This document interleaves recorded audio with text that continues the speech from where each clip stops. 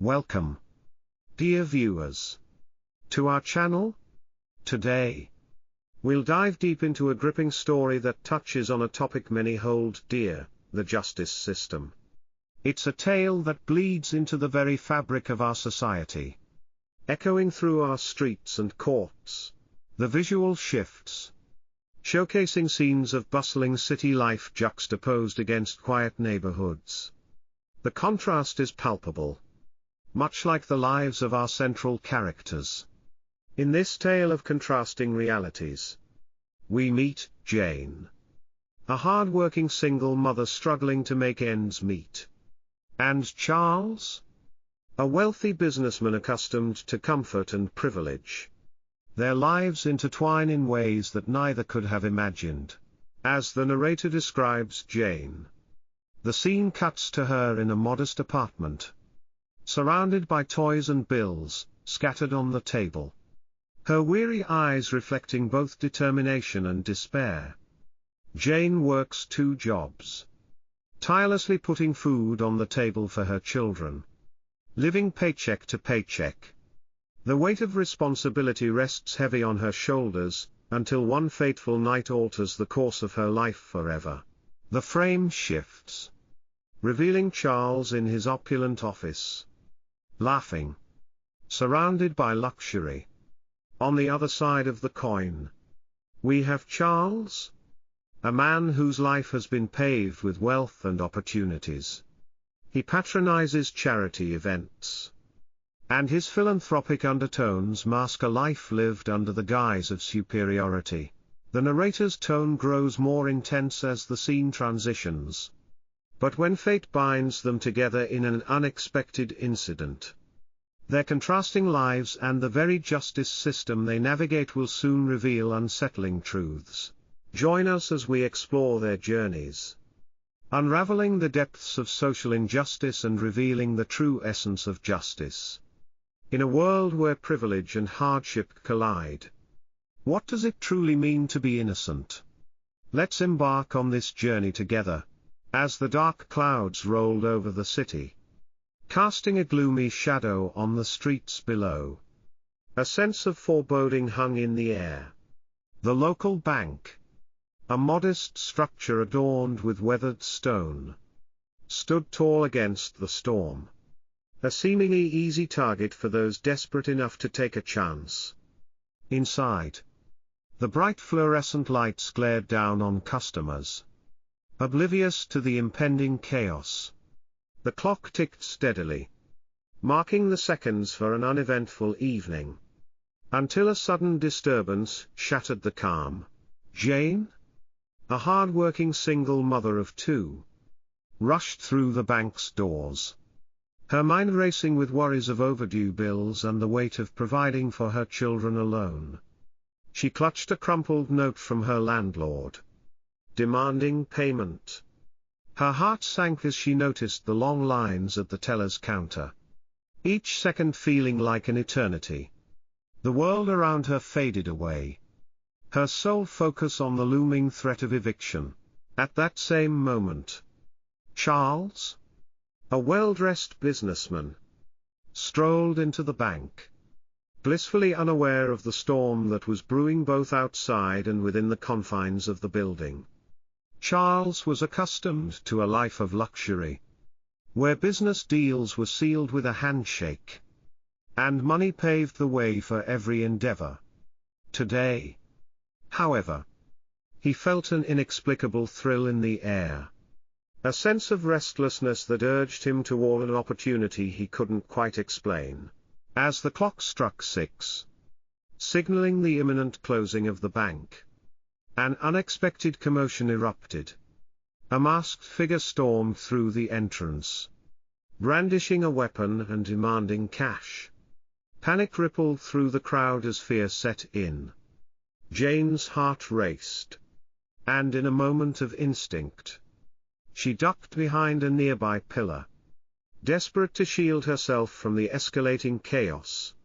In that fraction of a second, she caught a glimpse of Charles, who stood frozen, his well-tailored suit contrasting starkly with the pandemonium unfolding around him.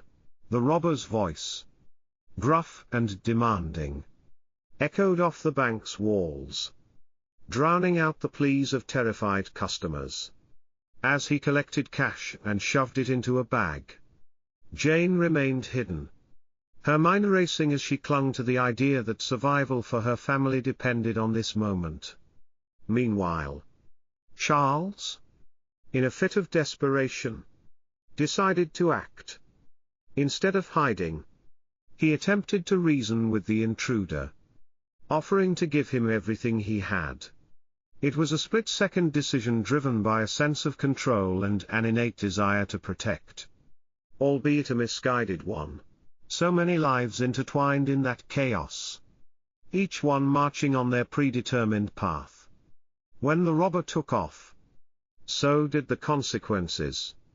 Jane, emerging from her hiding spot, felt a mix of relief and utter shock as she found herself implicated in a crime she had nothing to do with, simply because of where she happened to be at that moment. Charles, now back in his world of privilege, believed he could navigate this unexpected turn of events with ease.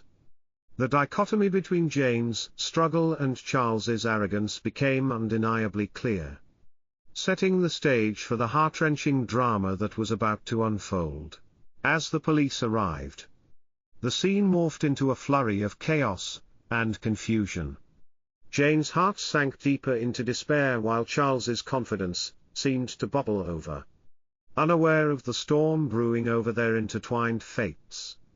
In this moment, the justice system was exposed as a flawed mechanism, one that would soon reveal its biases, favoring the one with financial advantages, while casting aside the needs and rights of the less fortunate.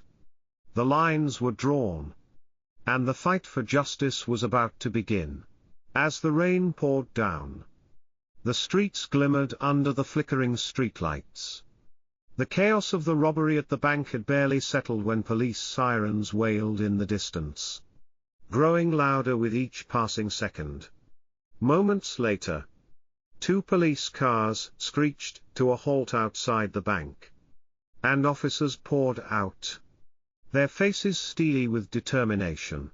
Jane, trembling and desperate, stood outside her small apartment, just blocks away from the bank. She had been waiting for a cab after finishing her shift at the diner when the robbery unfolded. Now, as news broke of the game-changing incident, she found herself swept away by the scrutiny of the crowd gathered at the scene. The gossip flew, whispers of the desperate mother loomed over her like a dark cloud. Suddenly, a group of officers approached Jane, their expressions stern. "Ma'am, we need to ask you a few questions," one said, cuffing her wrists with cold metal. "You were seen near the bank during the robbery." Jane's heart raced. "I didn't do anything. I'm just trying to get home," she protested, tears threatening to spill. But her frantic explanations fell on deaf ears as the officers led her away, connected with the shadow of suspicion simply because of her circumstances. Across town, in stark contrast, Charles sat in his luxurious office engulfed in the glow of city lights, oblivious to the turmoil unfolding in the streets. A news notification popped up on his phone, and a smirk grew on his face as he read the headline, "Bank Robbery at Main Street, 2 Suspects Apprehended." For Charles, this moment was an opportunity to twist the narrative to his favor. As the police arrived at the bank to gather evidence, they stumbled upon Charles, who had just finished a meeting there. He wore a tailored suit, exuding confidence and privilege. "Officers," he began, casually adjusting his cufflinks, "I believe there's been a misunderstanding. I'm a well-known businessman in this city." His air of entitlement swept aside any worry he had about being implicated in the crime. "Officer Daniels," one of the seasoned officers in the force, eyed Charles with suspicion but was taken aback by his composure. "We need to ask you some questions regarding the robbery. You were in the vicinity." Charles laughed dismissively. "Of course. You must understand, my name carries weight. I suggest you refrain from tarnishing it or I may be forced to take legal action." His tone was laced with authority. And the officer hesitated, conflicted between duty and the allure of wealth. Meanwhile, as Jane sat on the cold metal bench in a cramped holding cell, the gravity of her situation sank deeper into her soul. Memories of her children flooded her mind, their laughter, their dreams, and the promise she had made to provide for them. She could almost hear their voices calling her back home. Faced with the grim reality of being treated as a criminal, Jane felt an overwhelming sense of injustice take root within her. She noticed how her fellow detainees eyed her with a mix of sympathy and indignation. Recognizing the unfairness of this world where wealth dictated fate, her mind raced as she thought of Charles. His wealth shielding him from the consequences of his actions.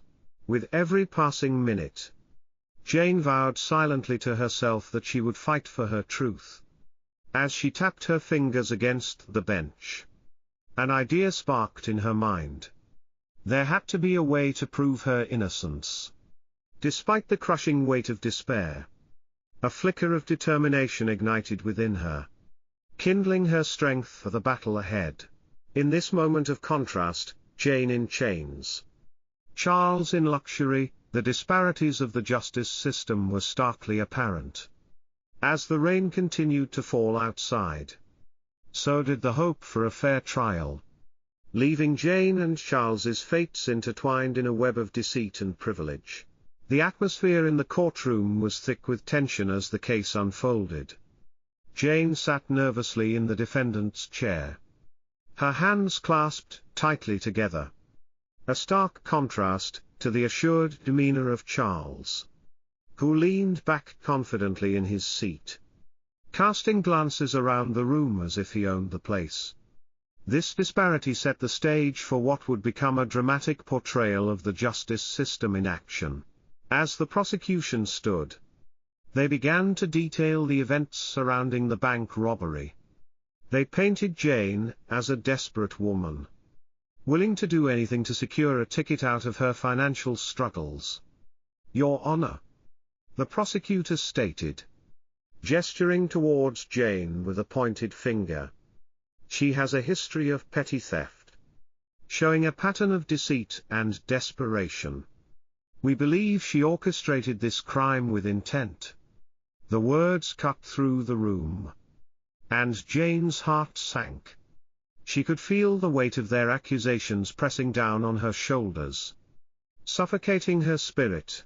In contrast, when it was Charles's turn to speak, he rose with the poise of a seasoned orator. "Ladies and gentlemen of the jury," he began, his voice smooth and resonant, "I am a businessman who has dedicated my life to community development and charitable endeavors." A few jurors nodded, engrossed by his charm and marketable presence. Charles proceeded to fabricate a tale of how he was at the bank that day to make a generous donation, conveniently omitting the fact that he was also caught in the chaos of the robbery. As the trial continued, Jane noticed the biases in play. The defense attorney chosen by Charles maneuvered through the testimony with ease, utilizing their shared social circles to portray him as a victim, while Jane's less polished attorney stumbled through objections and held an aura of defeat. Jane felt invisible as Charles's narrative overshadowed her reality. It became evident that wealth could not only secure comfort and luxury but more crucially, manipulate perceptions. Even in a sworn court of law, the tension heightened when crucial evidence began leaking into the courtroom. Photos surfaced of a previous charity event hosted by Charles, carefully curated to depict him as a benevolent hero. while images of Jane's humble life were spun to suggest negligence and inability. The starkly contrasting portrayals left the jury floundering in confusion, struggling to dissect the truth from the polished lies. In a moment of desperation, Jane's heart raced, as she prepared to take the stand. She had been advised against it, fearing further condemnation. But something within her ignited a spark of determination. If I don't speak, the truth dies here, she thought, as she took her place in front of the jury. Jane steadied her breath. I did not commit this crime, she stated firmly, her voice crackling with emotion. I was framed by forces beyond my control. She recounted her side of the story, recounting her struggles as a single mother, her fear of losing everything, and her resilience against the odds stacked heavily in her favor. Her testimony, although vulnerable, was courageous, showcasing a woman determined to fight for the truth amidst manipulation. With every word, she felt the weight of the room shift ever so slightly. The jury began to listen, perhaps for the first time, as Jane's authenticity cut through the facade standing across from her. In that moment, her pain became a powerful weapon against the privileges wielded by Charles. In the dimly lit courtroom, tension hung heavily in the air like a thundercloud about to burst. The atmosphere was electric as eyes flicked between Jane, dignified yet anxious on the witness stand, and Charles, exuding self-assurance, flanked by his legal team. The trial had become a spectacle, drawing attention not just for the crime but for the stark disparities between the two defendants. It was a reflection of society's deeply ingrained biases, however. Today, the winds of change were beginning to swirl. Jane's heart raced as she heard the prosecutor's voice echoing through the courtroom. The evidence against her seemed insurmountable, built from whispers of her financial troubles and past mistakes. Each accusation penetrated deeper into her soul, leaving her feeling more like a guilty thief than a mother fighting for her children's future. Yet, beneath the weight of despair lay a flicker of hope, her secret weapon. The footage she had captured remained hidden in her possession. As the trial progressed, the defense team for Charles launched their attack. They painted Jane as the quintessential villain, lacking the integrity they claimed had led to this disaster. The courtroom filled with gasps and murmurs when Charles took the stand, portraying himself as a victim of circumstance. I had no idea about Jane's intentions until it was too late, he declared, his voice steady and composed. The jury leaned in, hanging on to his every word. Ensnared in Charles's well-orchestrated narrative, desperation began to creep into Jane's mind. Would her truth ever be recognized? The thought consumed her until, finally, a bolt of courage surged through her veins, gathering strength from the support of her community. She had decided not to simply acquiesce. It was time to reveal her evidence and reclaim her narrative. With trembling hands, she motioned to her lawyer for permission, her heart pounding as she prepared to share her video. Your Honor, Jane announced, her voice steady despite the gravity of the moment. I have evidence that proves my innocence. I want to show what truly transpired on the night of the robbery. The courtroom fell into stunned silence. The judge, intrigued and slightly skeptical, nodded for her lawyer to play the video. As the screen flickered to life, the atmosphere shifted palpably. The video unveiled the chaotic sequence of events, depicting Jane arriving at the bank with no intent to deceive. Instead, it captured her desperate attempt to intervene when she unknowingly stumbled into the robbery. Her camera had captured the faces of the real perpetrators, Men who had maneuvered meticulously to ensure they were never caught. The image of her raw determination resonated within the courtroom, contrasting sharply against Charles's polished facade. Gasps arose as the truth unfolded. Jane was the unintended witness. Not a criminal but a victim of circumstance caught in a treacherous game. The weight of the evidence turned the tides. And as she spoke about her fears and her children waiting for her outside, the sobering reality of the situation dawned on everyone present. In that moment, Jane became more than just a struggling mother, she was the embodiment of resilience. The jury's gaze shifted, a sense of understanding dawning in their eyes.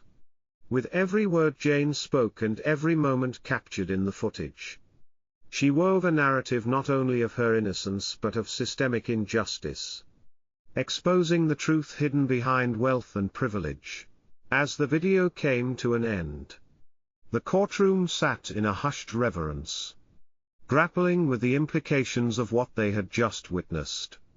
Charles's face drained of color, his carefully constructed image crumbling like a castle of cards.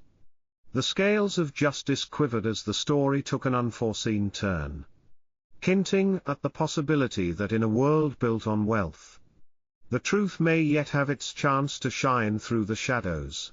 As the trial unfolds, the atmosphere in the courtroom is thick with tension and anxiety.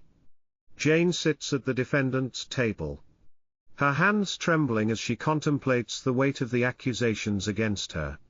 Across the aisle, Charles is calm and collected, a sharp contrast to Jane's evident fear.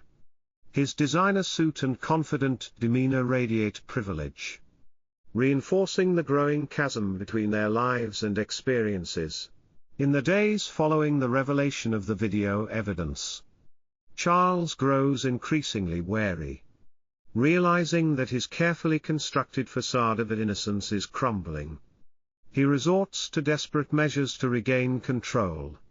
He reaches out to influential contacts, leveraging his wealth and status to sway public opinion. A series of strategic donations to local media outlets begins painting a picture of Jane as a repeat offender, a desperate criminal with a history of bad decisions. This campaign is strategic and relentless, fueled by a desire to protect his reputation at any cost. Unbeknownst to Jane, the media begins to depict her as the villain of their narrative. Desperate and unstable, the headlines scream her name alongside insinuations of guilt. Local Mother Spin's Web of Lies reads one particularly damaging article, while another suggests that she is a manipulator rather than a victim. As Jane browses through the news on her phone late at night, she feels her heart sink. The world outside has already decided her fate. Meanwhile, Charles's attorney has been working overtime, orchestrating a campaign that emphasizes the disparity of backgrounds between the two defendants. Charles's defense argument is that Jane had a motive, out of desperation to feed her children. She would do anything, even commit a crime. They attempt to portray Jane as a woman driven by weakness and moral failings, while Charles is depicted as a beacon of generosity and success. He helps the community, he's a philanthropist, the attorney claims passionately during court hearings, drawing on Charles's established reputation to influence the jury's perception. Faced with these challenges day by day, Jane wrestles with feelings of isolation and despair. She confides in her close friends, revealing her panic and doubts about her chances of receiving a fair trial. What if they just see me as the poor woman who couldn't handle her life? She whispers, tears rolling down her cheeks. Her friends rally around her, encouraging her to stand firm and fight against the narrative being spun by Charles and his team.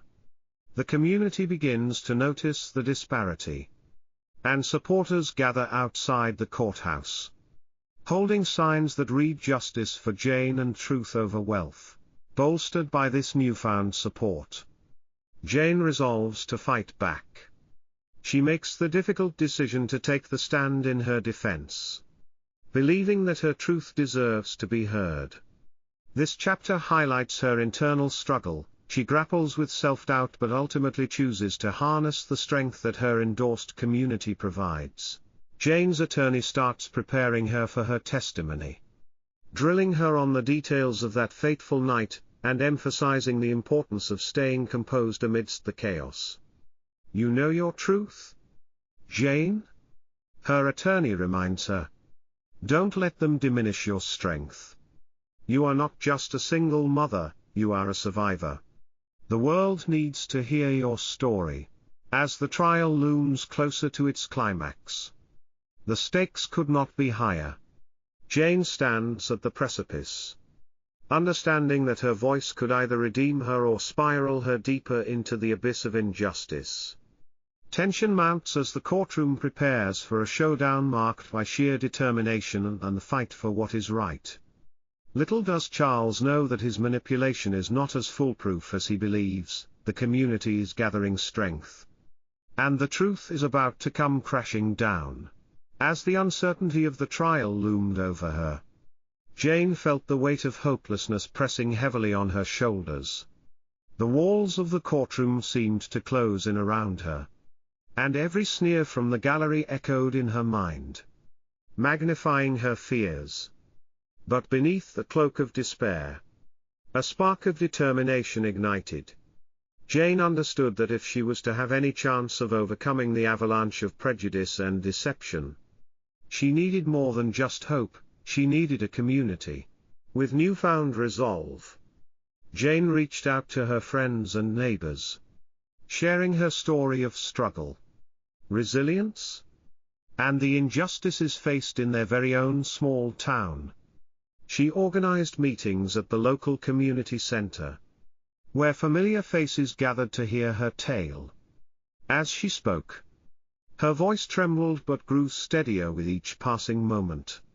She recounted how circumstances had pushed her into a situation she never wished to be in, and how the very system that was meant to protect her had become an obstacle, favoring a wealthy man like Charles. The community began to rally around her. They were fueled not only by sympathy but by indignation at the stark inequalities that persisted within their justice system. Jane shared her experience of being shunned, judged, and misrepresented, painting a vivid picture of the biases that plagued social structures. The room buzzed with energy as indignation turned into action. They brainstormed ideas on how to spread awareness about her plight and the plight of others like her. Realizing the power of social media, Jane and her supporters crafted online posts sharing her story, tagging local news outlets to amplify their message. They created hashtags that encapsulated her fight for justice, such as #JusticeForJane and #EqualJustice. With every share and retweet, the support grew, extending beyond their small town to neighboring communities. People previously unaware of the judicial disparities began to wake up to the reality of the situation. The community planned a rally outside the courthouse on the day of the trial's continuation. Armed with banners and signs, they would stand together, declaring their demand for equitable justice.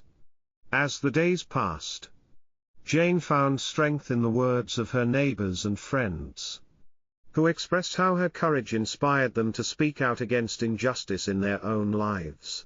On the day of the rally, Jane stood at the forefront, nervous but empowered by the sea of familiar faces surrounding her. Banners with bold messages like "Justice for All" and "Stop Judicial Bias" waved in the wind, creating an atmosphere charged with hope and determination. As she started to speak to the crowd, her voice rang clear: "We deserve a justice system that treats everyone equally, regardless of wealth or status." Her words reverberated through the crowd, igniting passion and motivating those who listened.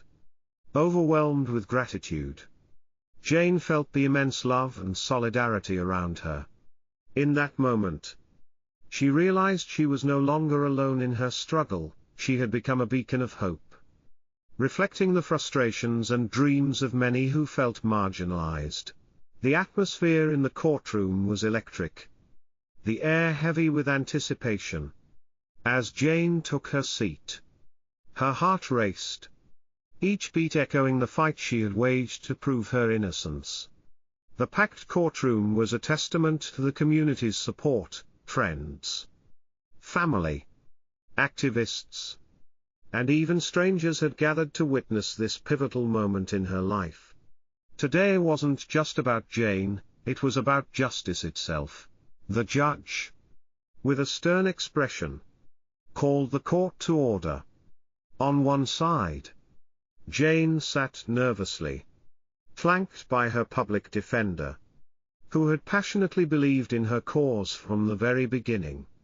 On the opposing side, Charles exuded arrogance, his expensive suit tailored perfectly to mask the growing unease within him.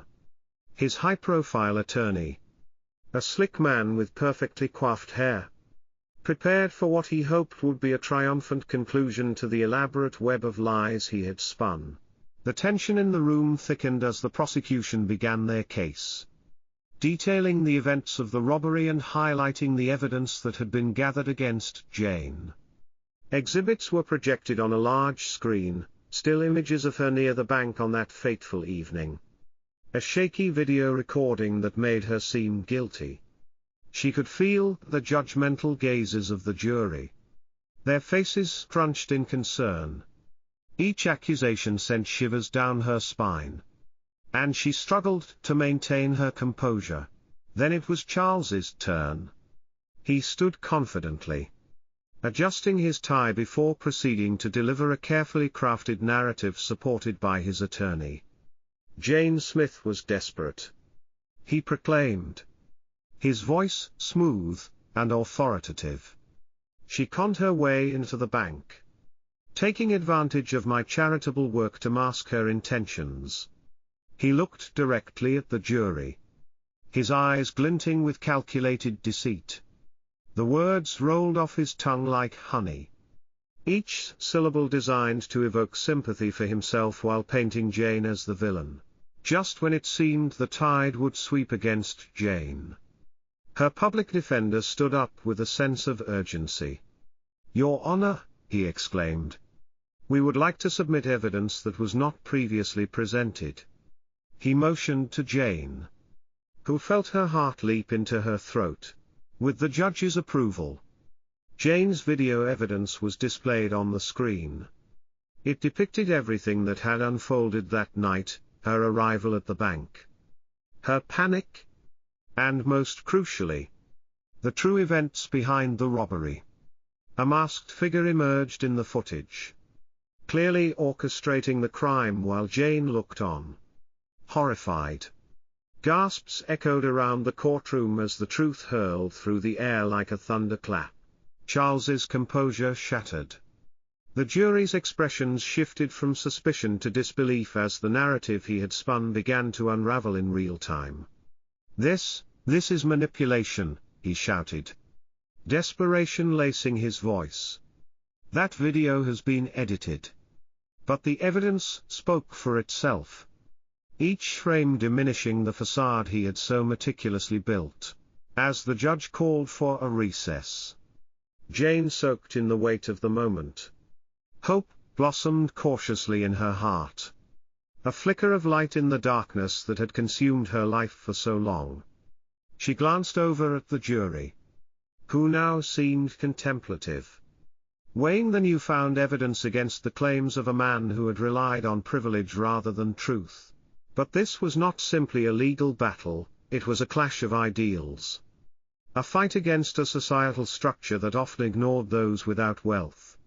With the video's undeniable truth now in their hands, Jane hoped to inspire change.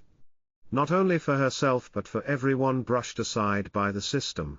As the gallery buzzing with murmurs of disbelief settled down, Jane felt an overwhelming rush of gratitude.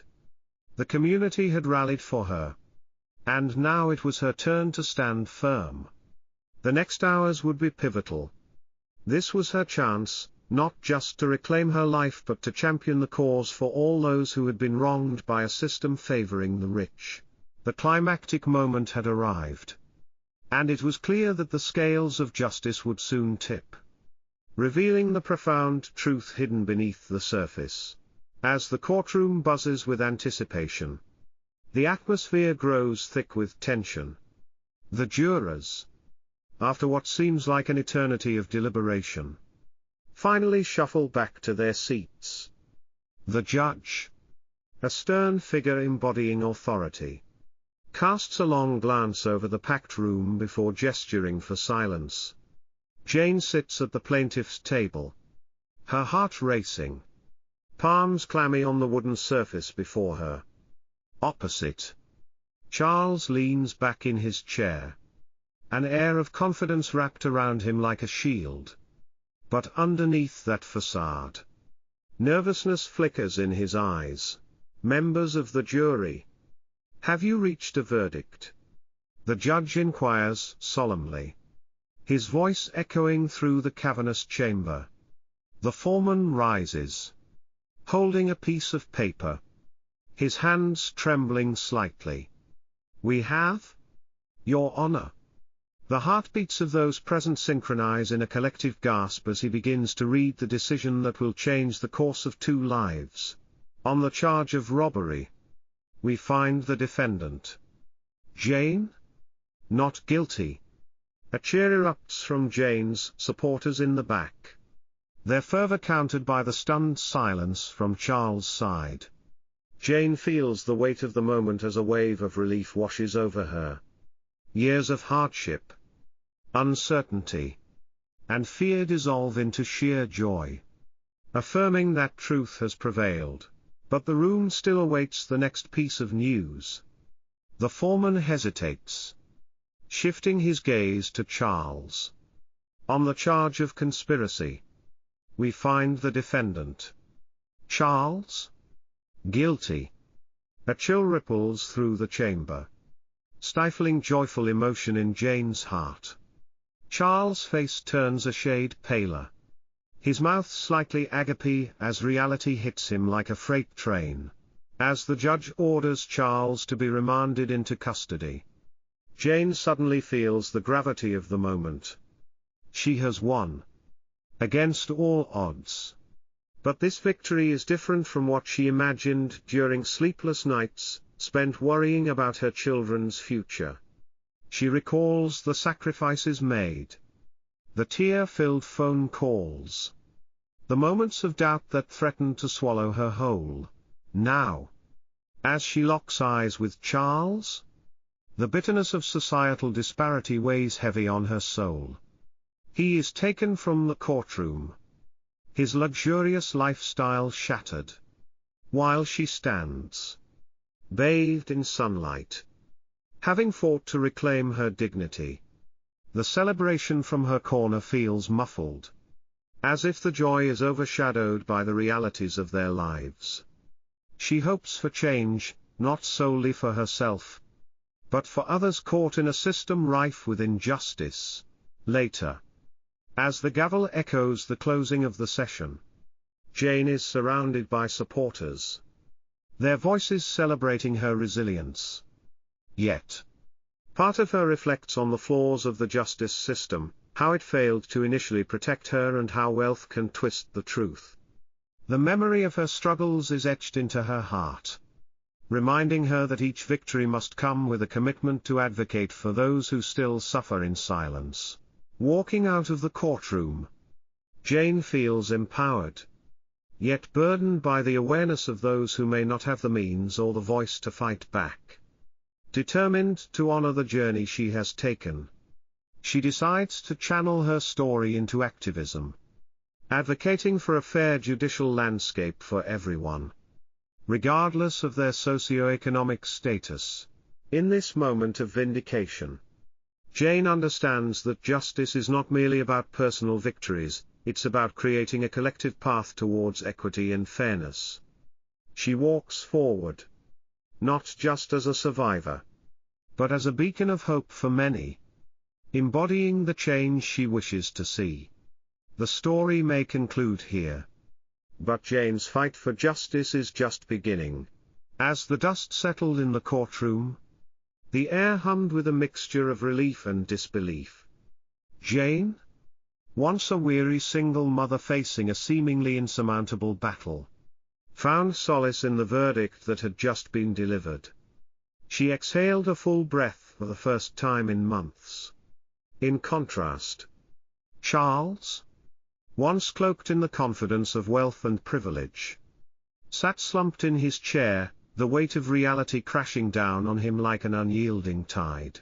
Justice, Jane thought, isn't merely a concept, it is the essence of our shared humanity.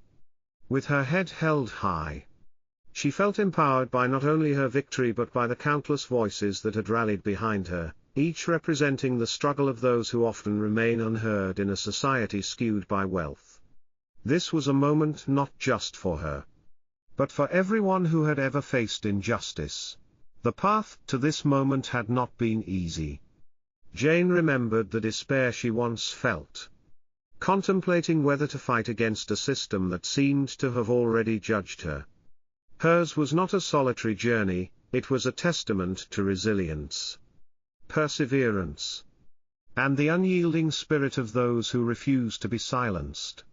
And as she stood before the gathering crowd outside the courthouse, the streets buzzed with energy, a wave of support washing over her. Friends, advocates, media, all there to witness this transformative moment. Let this be a lesson, Jane called out, her voice steady yet passionate, capturing the attention of everyone around her. Justice should not waver depending on how deep one's pockets are. It is a right, not a privilege. Cheers erupted from the crowd, their enthusiasm igniting a renewed sense of hope against the backdrop of adversity. The story of Jane and Charles served as a stark reminder of the inequalities entrenched in the justice system.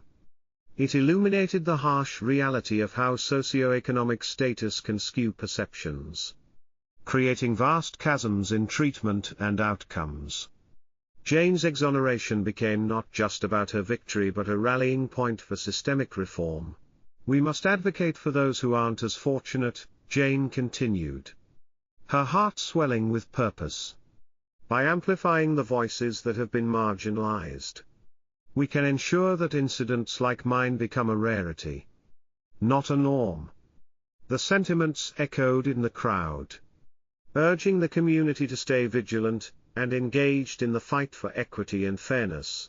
As the cameras flashed, capturing every moment, Jane knew that she had transcended from being merely a defendant to a beacon of resilience for many. This victory belongs to all of you, she said, raising her hands in unity.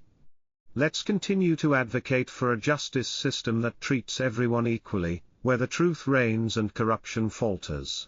Reflecting on her own journey, Jane understood the importance of community. The support from her neighbors, friends, and activists had not only been crucial in her battle but had also amplified a larger conversation about reforms needed to uphold justice for all. It struck her that every story matters and that sharing such narratives can incite change.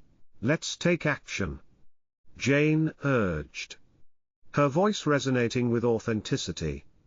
Join organizations that work toward justice reform. Engage with local leaders, and ensure that we are holding our systems accountable. Together, we can create a world where justice is truly served, regardless of wealth. As Jane walked away from the courthouse, she felt an overwhelming surge of hope. The road ahead was filled with challenges, and she knew her fight wasn't over. But she now had a community ready to stand with her. Her story, a fictional yet powerfully reflective journey, would inspire many to speak out against injustice, advocate for change, and dare to envision a world where equity is a given. not a privilege. With the sun setting behind her, casting a golden hue over the crowd gathered in solidarity, Jane's heart swelled with the quiet strength that comes from knowing that every battle can lead to transformation. And every voice has the power to alter the course of justice. What do you think about this story? Please leave your thoughts in the comment section. If you feel the story brings you any useful lessons, please subscribe and press the notification button to welcome the next story. Goodbye and see you in the next video.